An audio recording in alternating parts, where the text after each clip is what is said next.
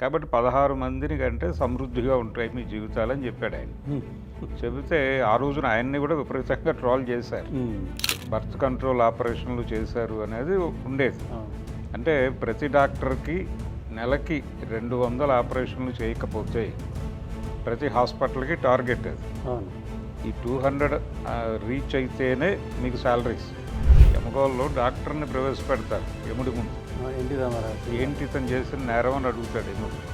పెళ్ళి అయిన వారికి కాని వారికి కూడా బర్త్ కంట్రోల్ ఆపరేషన్లు చేశాడు ప్రభు అంటాడు ఆయన చిత్రగుప్తుడు. ఒకానొక మహిళా మంత్రి గారే పెళ్లి చేసుకున్న తర్వాత పిల్లల్ని కనాలని రూలే ఉంది, అనాథలు చాలామంది ఉన్నారు, వచ్చి తెచ్చి పెంచుకోండి. తెలుగు అని వీక్షకులకు నమస్కారం. ఆంధ్రప్రదేశ్ ముఖ్యమంత్రి చంద్రబాబు నాయుడు గారు ఇటీవల ఒక నినాదాన్ని ఇస్తున్నారు. పిల్లల్ని కానండి ఎక్కువగానండి 3 వాళ్ళని కంటే 30,000, 4 వాళ్ళని కంటే 40,000 అని ప్రకటించడంతో సోషల్ మీడియాలో విపరీతమైనటువంటి ట్రోల్ నడుస్తున్నాయి. వివిధ రకాలైనటువంటి ప్రశ్నలు వస్తున్నాయి. సరే బాబు గారు మేము కంటాం, వాళ్ళని పోషించేది ఎవరని కొంతమంది, మీ లోకేష్ బాబుని కూడా కనమనండి అంటూ రకరకాలుగా ట్రోల్ చేస్తున్నారు. అసలు ఎందుకు ఈ నినాదం రావడం, గతంలో ఏం జరిగింది, ఇప్పుడేం జరగబోతుంది అనే దానికి సంబంధించి ప్రముఖ విశ్లేషకులు భరద్వాజ్ గారు మనతో ఉన్నారు. ఆయన అడిగి తెలుసుకున్నాం. నమస్కారం భరద్వాజ్ గారు. ఏంటి చంద్రబాబు గారు, స్టాలిన్ గారు పిల్లలు కానండి స్టాలిన్ ఇంతకుముందు అన్నాడండి 16 మందిని కన్నా తప్పు లేదు అని చెప్పాడు ఆయన ఒకానొక సందర్భంలో. అంటే ఒక సామూహిక వివాహ కార్యక్రమాలకి హాజరయ్యాడు ఆయన. ఓకే, హాజరయ్యి మీరందరూ పెళ్ళిళ్ళు చేసుకుంటున్నారు బాగానే ఉంది, ప్రతి ఒక్క జంట కనీసం 16 మందిని కనండి అని చెప్పాడు ఆయన. చెప్పి ట్రెడిషనల్గా 16 లక్ష్ములు ఇలాంటివి ఉన్నాయి మనకి సంపదలు, కాబట్టి 16 మందిని కంటే సమృద్ధిగా ఉంటాయి మీ జీవితాలని చెప్పాడు ఆయన. చెబితే ఆ రోజున ఆయన్ని కూడా విపరీతంగా ట్రోల్ చేశారు. ఇప్పుడు చంద్రబాబు నాయుడు గారు, నిజానికి చంద్రబాబు నాయుడు గారు ఇంతకుముందు మేమిద్దరం మాకొక్కరు అని ఒక నినాదం ఇచ్చింది ఆయన. ఇక్కడ అంతకు ముందు ఏముండేది మనకి, కుటుంబ నియంత్రణ అనే పేరుతో కుటుంబ సంక్షేమం అని తర్వాత మార్చారు రాజనారాయణ వచ్చిన తర్వాత. అంతకుముందు కుటుంబ నియంత్రణే అది. కుటుంబ నియంత్రణ, ఎర్ర త్రికోణం, అవును, ఇవన్నీ అంటే 2 లేక 3 అనేది కూడా టార్గెట్లు పెట్టి చేసిన వాళ్ళకి మళ్ళీ చేసి సంజయ్ గాంధీ పెళ్ళి అయిన వారికి కాని వారికి కూడా సంజయ్ గాంధీ ఉన్నప్పుడు బర్త్ కంట్రోల్ ఆపరేషన్లు చేశారు అనేది ఉండేది. అంటే ప్రతి డాక్టర్కి నెలకి 200 ఆపరేషన్లు చేయకపోతే ప్రతి హాస్పిటల్కి టార్గెట్ అది. అవును, ఈ 200 రీచ్ అయితేనే మీకు శాలరీస్. ఇలా ప్రోగ్రామ్ పెట్టారు. ఈ ప్రోగ్రామ్ పెట్టడంతో వాళ్ళు అది ఫుల్ఫిల్ చేయడానికి ఎవరో ఒకళ్ళని పట్టుకొచ్చి వాళ్ళ సంఖ్యకి ఆపరేట్ చేసి అక్కడ నెంబర్ వేసేసేవాళ్ళు. కాబట్టి దీని మీద సీన్ పెట్టాడు కదా ఆయన యమగోళ సినిమాలో. యమగోల్లో డాక్టర్ని ప్రవేశపెడతారు యముడి ముందు. ఎన్టీ రామారావు ఏంటి ఇతను చేసిన నేరం అని అడుగుతాడు యముడు. పెళ్ళి అయిన వారికి కాని వారికి కూడా బర్త్ కంట్రోల్ ఆపరేషన్లు చేశాడు ప్రభు అంటాడు ఆయన చిత్రగుప్తుడు. అంటే ఓయ్ అనాచారి అంటాడు ఈయన. అనగానే అప్పుడు రామారావు ప్రాసిక్యూటర్ లాగా ఎంటర్ అయ్యి అసలు ఇతను ఏ పరిస్థితుల్లో ఆ నేరం చేశాడో అడగరా మీరు అంటాడు. అని అసలు ఎందుకు చేసావయ్యా నువ్వు ఆపరేషన్లు అంటే అతను చెప్తాడు, అయ్యా నెలకి ఇన్ని ఆపరేషన్లు చేయకపోతే కానీ జీతం ఇవ్వనన్నారండి, మరి పిల్లలు గలవాడిని ఏం చేస్తాను నేను అంటాడు. అన్న తర్వాత ఇది నోట్ చేసుకోండి అని చెప్పి ఎవరా అన్నది అంటాడు యముడు. ప్రభుత్వం అంటాడు డాక్టర్ గారు. వెంటనే ఈయన ప్రభుత్వం కాదండి, ఏ అధికార హోదా లేకుండా ప్రభుత్వాన్ని నడిపించిన యోజన నాయకుడు ఒకరున్నారు, వారి ప్రతాపం అదంతా అని వారిని ప్రవేశపెట్టండి అంటాడు యముడు. చిత్రగుప్తుడు వారు ఇంకా రాలేదండి అంటాడు. అది పరిస్థితి. అలా ఒక రెడిక్యూల్ చేస్తూ సినిమాలో సీన్ పెట్టారు. ఇలా ఇప్పుడు గొడవ ఏమిటంటే వీళ్ళది ఈ కుటుంబ నియంత్రణ అనేది దక్షిణాది రాష్ట్రాల్లో చాలా ఇంటెన్సిటీవ్తో నడిచింది. విపరీతమైన తీవ్రతతో ఇక్కడ పిల్లల్ని కనకుండా చేశారు. 2 లేక 3 పోయి 1 లేక 2, 2 లేక 1కి వచ్చింది. అది మేమిద్దరం మాకొక్కరు, అవును, ఒక్కరిని మించి కనకండి అనేదాకా వచ్చేసింది. వచ్చేసిన తర్వాత ఇంకొక ఉగ్రవాదపు చర్య కూడా వచ్చింది ఒక దశలో. ఒకానొక మహిళా మంత్రి గారే పెళ్లి చేసుకున్న తర్వాత పిల్లల్ని కనాలని రూలే ఉంది, అనాథలు చాలామంది ఉన్నారు, వచ్చి తెచ్చి పెంచుకోండి అనేదాకా వెళ్ళింది స్టోరీ. అయితే ఈ ఒత్తిడి, ఈ ప్రెజర్ ఇదంతా కూడా చాలా కాన్షియస్గా దక్షిణాది రాష్ట్రాల్లో జరిగింది తప్ప ఉత్తరాది రాష్ట్రాల్లో జరగలేదు. వాళ్ళు విపరీతంగా పిల్లల్ని కనేశారు. కనేయటం వలన ఇప్పుడు అక్కడ జనాభా పెరిగింది, ఇక్కడేమో తగ్గింది. దీని ప్రభావం పొలిటికల్గా ఇప్పుడు నియోజకవర్గాల పునర్విభజన అంటున్నారు. ఈ పునర్విభజన జనాభా ప్రాతిపదికన జరిగితే అక్కడ సీట్లు పెరుగుతాయి ఉత్తరాదిలో, ఇక్కడ సీట్లు తగ్గుతాయి. కాబట్టి అప్పుడు మనం కుటుంబ నియంత్రణని దుర్మార్గంగా ఆచరించి నష్టపోతున్నాం అని స్టాలిన్ మాట్లాడాడు ఒక సభలో. కాబట్టి ఈ కాన్షియస్నెస్ ఉంది కొంతమందికి. పొలిటికల్గా లాస్ అవుతున్నాం. చంద్రబాబు నాయుడు గారు ఒక మాట అన్నాడు ఒక 5-6 నెలల క్రితం, కేంద్రం నుంచి వచ్చేటువంటి నిధులు పూర్తిగా సద్వినియోగం చేసుకోవటంలోనూ తెచ్చుకోవటంలో కూడా మనం ఫెయిల్ అవుతున్నాం. ఎందుకు ఫెయిల్ అవుతున్నాం? జనాభా కంపారిటివ్గా ఆ రాష్ట్రాలతో పోలిస్తే మన దగ్గర తక్కువగా ఆ సెగ్మెంట్స్లో అంటే సంక్షేమ నిధులు తెచ్చుకోవడానికి అవసరమైనటువంటి స్థాయిలో ఆ పాకెట్స్లో జనాలు లేరు. ఇది గొడవ. ఇప్పుడు దళితుల కోసము, ఆదివాసీల కోసం ప్యాకేజ్ ఉంటుంది. దాన్ని సఫిషియెంట్గా తెచ్చుకోగలిగినంత జనాభా ఇక్కడ ఉండటం లేదు. కాబట్టి నిధుల లేమికి కూడా ఈ జనాభా లేకపోవడం కారణమవుతోంది. ఉదాహరణకి ఇంటర్లింక్ చేస్తున్నారు. చేసి పిల్లల్ని కనండి. ఇంకొకటి ఏంటంటే వర్కింగ్ గ్రూప్ తగ్గిపోబోతోంది అతి త్వరలో అని. తర్వాత నెమ్మదిగా 60 ఏళ్ళ వాళ్ళ సంఖ్య పెరుగుతోంది జనాభాలో అని, పర్టికులర్గా సౌత్లో. ఈ 60 ఏళ్ళ వాళ్ళ పెరగటం మొదలు పెడుతున్న సమయంలో వీళ్ళు ఎప్పుడు పడిపోతారో తెలీదు. అందుకని మనకి వర్క్ ప్లేసెస్లో ఇబ్బంది మొదలవుతుంది. కాబట్టి ఇమ్మీడియట్గా పిల్లల్ని కొంచెం అంటే ఒక 15 ఏళ్ళని దృష్టిలో పెట్టుకుని మాట్లాడుతున్నారు వీళ్ళు. 15 నుంచి 20 సంవత్సరాల తర్వాత ఏర్పడే పరిస్థితిని ఇప్పుడే ఊహించి ఇప్పుడే ప్రికాషన్స్ తీసుకుంటే కనుక మనం అప్పటికి ఇబ్బంది పడే పరిస్థితి ఉండదు. అంటే ఈ వర్కింగ్ గ్రూప్ తగినంతగా దొరుకుతుంది అనేది వీళ్ళ ఈ మాటల వెనకాలన్న అంతరార్థం. అయితే ఈ పిల్లల్ని కంటామండి. ఇప్పుడు వాళ్ళేమంటున్నారు కుర్రాళ్ళు ఈ మాటలు విని, చంద్రబాబు నాయుడు గారు మీరు 30,000 ఇస్తారు, ఓకే, 40,000 ఇస్తానంటున్నారు ఇంకొక పిల్లని కంటే, ఓకే, బాగానే ఉంది. అది ఆ హాస్పిటల్ వాళ్ళ ఖర్చులకు అయిపోతుంది. నెక్స్ట్ పోషణ ప్రోగ్రాం ఏమిటి? మీరు పోషిస్తారా? మీరు చదివిస్తారా? మీరు ఉపాధి కల్పిస్తారా? మీకు కావాల్సింది వర్కింగ్ గ్రూప్ కదా. కాబట్టి పిల్లల పెంపకం బాధ్యత ప్రభుత్వం తీసుకుంటుందేమో ఆలోచించండి. అలా తీసుకుంటాను అని కనుక మీరు భరోసా కల్పిస్తే మేము ఆ పనిలో ఉండడానికి మాకు అభ్యంతరం ఏమీ లేదు అనే మాటలు కూడా దొరుకుతున్నాయి సోషల్ మీడియాలో. దీంతోపాటు పెళ్ళిళ్ళు జరగటం లేదు, బ్రేకప్లు ఎక్కువైపోతున్నాయి, ఈ మధ్యకాలంలో పెరిగినాయి, డివోర్సులు ఎక్కువైనాయి. ఈ విడిపోవడానికి దారితీస్తున్న పరిస్థితులు ఏంటి? ఆ పరిస్థితులు సమాజంలో ఏ ఏ సమస్యల వలన ఇలా వచ్చేస్తోంది ఇది అనేది ఒక స్టడీ ఏమైనా జరిగిందా? అది స్టడీ చేసి అది నివారించకుండా మీరు పిల్లల్ని కనండి అంటే అలా కుదురుతుంది? అసలు అక్కడ కుటుంబాలే నిలబట్టడం లేదు. ఇద్దరు కలిసి పెళ్లి చేస్తే వాళ్ళు ఎన్ని రోజులు ఉంటారో కూడా చెప్పలేనటువంటి పరిస్థితి. సంవత్సరాలు పోయి రోజులే, సంవత్సరం కాదు. ఆ మధ్య ఒక టూలెట్ బోర్డు చూసి ఒక ఆవిడ వెళ్ళిందట, ఒక కథ ఒక పత్రికలో. వెళ్ళి మీ పెళ్ళై అంటే మేము పెళ్ళైన వాళ్ళకే ఇస్తున్నాము అంటే మ్యారీడే అని చెప్పింది ఆవిడ. మ్యారీడే కదా, ఎంతకాలం అయింది పెళ్ళి అంటే 1 year అయిందండి, కాకపోతే 6 నెలల క్రితం మేము డివోర్స్కి అప్లై చేసాం, ఇంకా ప్రాసెస్లో ఉంది. మ్యారీడా కాదా అన్నారు మీరు, నేను మ్యారీడ్ అనే చెప్పాను, కానీ ప్రాసెసింగ్ డివోర్స్ నేను, కాబట్టి మీరు ఇల్లు అద్దెకిస్తారో ఎవరో మీరే తెలుసుకోండి అందుట ఆవిడ. ఇలాంటి పరిస్థితులు ఉన్నాయని చెప్పి ఒక వారపత్రికలో కథ. కనుక విడిపోయే వాళ్ళ సంఖ్య విపరీతంగా పెరుగుతోంది. సింగిల్స్ పెరుగుతున్నారు, ఈ సింగిల్స్ పెరుగుతున్నారు, సింగిల్ మదర్స్ పెరుగుతున్నారు. ఎందుకు జరుగుతోంది ఇది? పెళ్ళిళ్ళు చేసుకోవడానికి కూడా ఉత్సాహపడలేదు. ఆడపిల్లలు చాలా చూజీగా ఉంటున్నారు.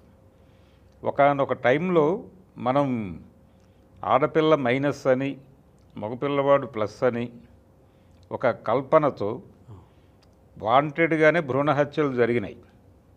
ఈ భ్రూణ హత్యలు జరిగినటువంటి సందర్భంలో ఈ సెక్స్ రేషియోలో ఇన్బ్యాలెన్స్ వచ్చింది.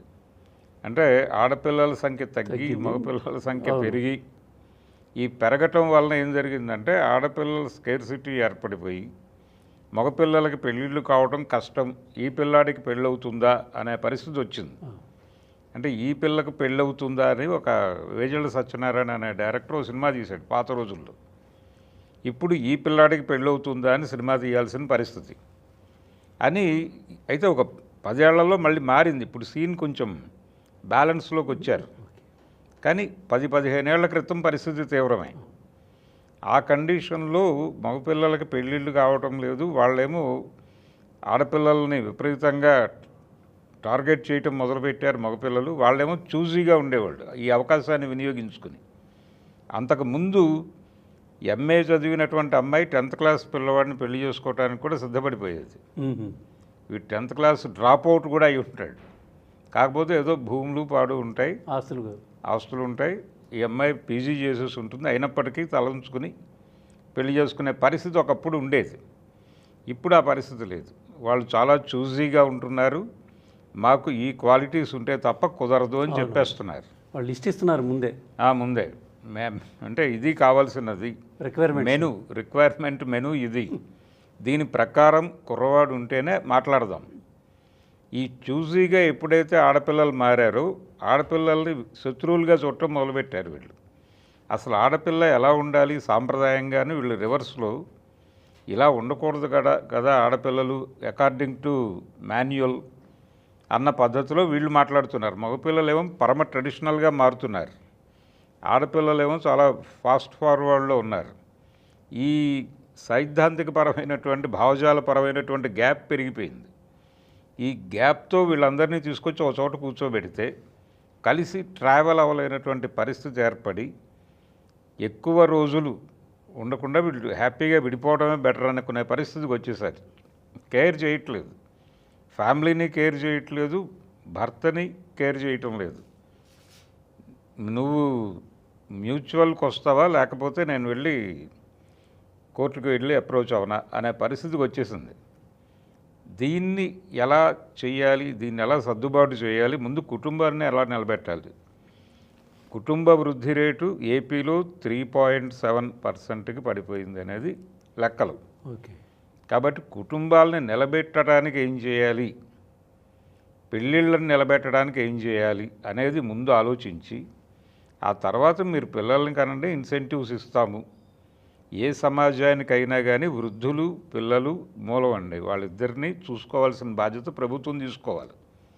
పిల్లల సంక్షేమము, వృద్ధుల సంక్షేమం, ఈ రెండిటి మీద ప్రభుత్వం ఫోకస్ పెడుతుంది. నేను మొదట చెప్పిన డిమాండ్ బయట చర్చ జరుగుతోంది.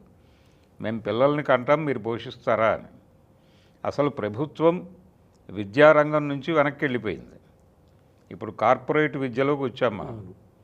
ఈ కార్పొరేట్ విద్యలో స్కూల్లో చేర్చడం అంటే ప్రీ స్కూలింగ్లో చేర్చాలన్నా కనీసం 2 లక్షలు చేత్తో పట్టుకుంటే కానీ పని కావడం లేదు.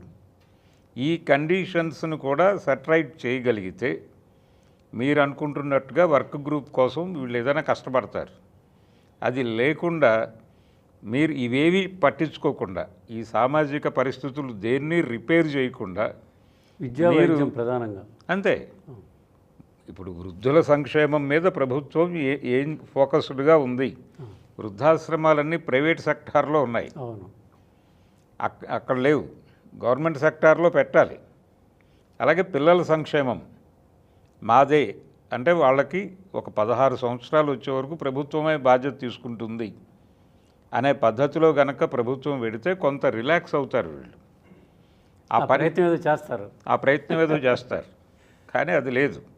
ప్రభుత్వం కేవలం మీరు 30,000 ఇస్తాను, ఆ తర్వాత ఇంకో పిల్లని కంటే 40,000 ఇస్తాను, ఇంకో పిల్లని కంటే 50,000 ఇస్తాను, ఇది నడిచే వ్యవహారం కాదు.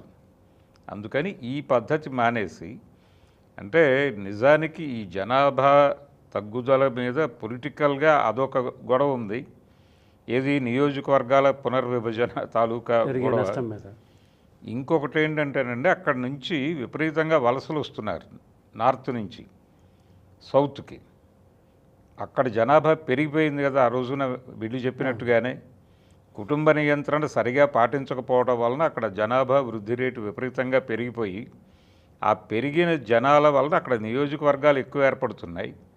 వాళ్ళందరూ అక్కడ ఉండటం లేదు, వాళ్ళందరూ వచ్చేసి ఇక్కడ ఉంటున్నారు.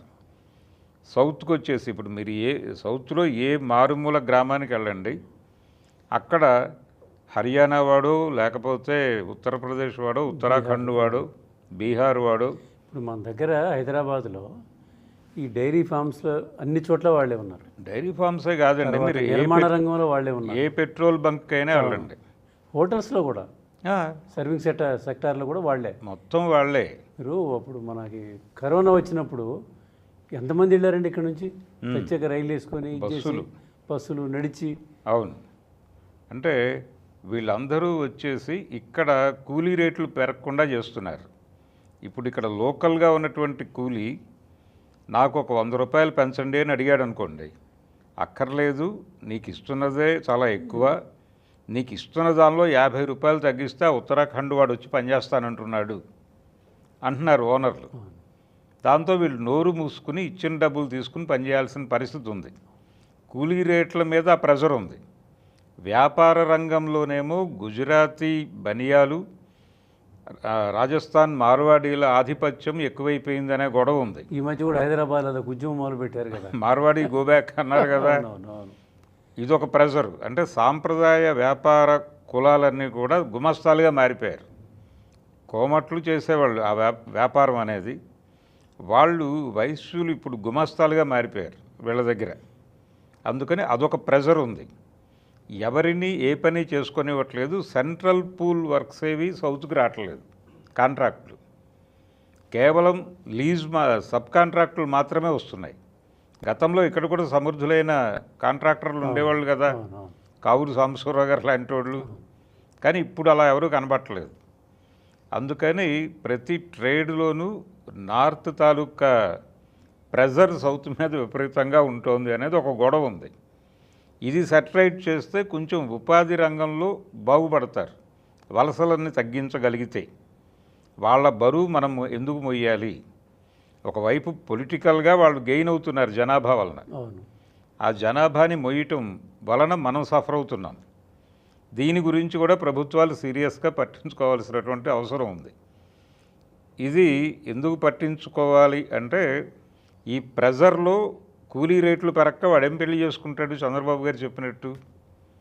కాబట్టి వాడి జీవనమే కష్టంగా ఉంది. వాడి జీవనమే కష్టం. మెడకు డోలు మళ్ళీ ముగ్గురిని కను, నలుగురిని కను. అవును, ఆయనేమో 16 మందిని కను. ఇంతమందిని కంటే మీరు పెంచరు. మీరు గ్యారంటీ, పెంపకానికి గ్యారంటీ ఎవరు? ఇప్పుడు ఉన్న వాళ్ళకే స్కూల్స్ సౌకర్యాలు లేకుండా, ప్రభుత్వ పాఠశాలలు లేవు, కార్పొరేట్లకు వెళ్ళాలి, స్టూడెంట్స్కి తగ్గ రేషియోలు, ఉపాధ్యాయులు లేరు, క్రీడా మైదానాలు లేవు, అన్నీ పోయినాయి. మీరు చేసుకొని కనండి అంటే వాడు ఉండడానికి ఇల్లు కూడా లేదు, 2 గదుల ఇల్లు కూడా లేదు. చాలా మీరు పోనీ ఇల్లు ఇస్తారా? అర్హులైన వాళ్ళకే. అర్హులైన వాళ్ళకి ఇళ్ల పంపిణీ కార్యక్రమం ఎన్ని స్కీమ్స్ ఉన్నాయండి? సెంట్రల్ నుంచి బాంబే హౌసింగ్ ఉంది, అలాగే ప్రతి స్టేట్ గవర్నమెంట్ రకరకాల పేర్లతో చేస్తోంది. కానీ ప్రతి సందర్భంలోనూ అనేక పెండింగ్ అప్లికేషన్లు ఉంటున్నాయి అక్కడ. అవును, అది టిట్కో దగ్గర కావచ్చు, ఇంకో చోట కావచ్చు. ఎందుకు అన్ని పెండింగ్ ఉంటున్నాయి? మీరు ఇన్ని వేల ఎకరాలు ధారాదత్తం చేస్తున్నామని చెప్పినప్పటికీ ఎందుకు పెండింగ్ ఉంటున్నాయనే దానికి సమాధానం లేదు వాళ్ళ దగ్గర. శాస్త్రీయంగా ఒక ఇది లేదు, ఏదో కానండి,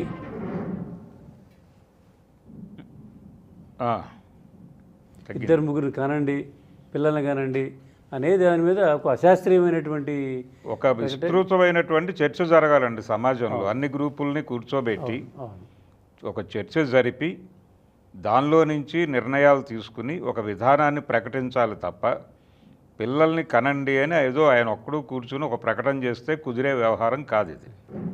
సరే, చూద్దాం మరి ఏం జరుగుద్దో. చంద్రబాబు నాయుడు గారి పిల్లలు కానీ స్కీము ఏ మేరకు సక్సెస్ అవుద్దా ఏమిటనేది పరిశీలిద్దాం.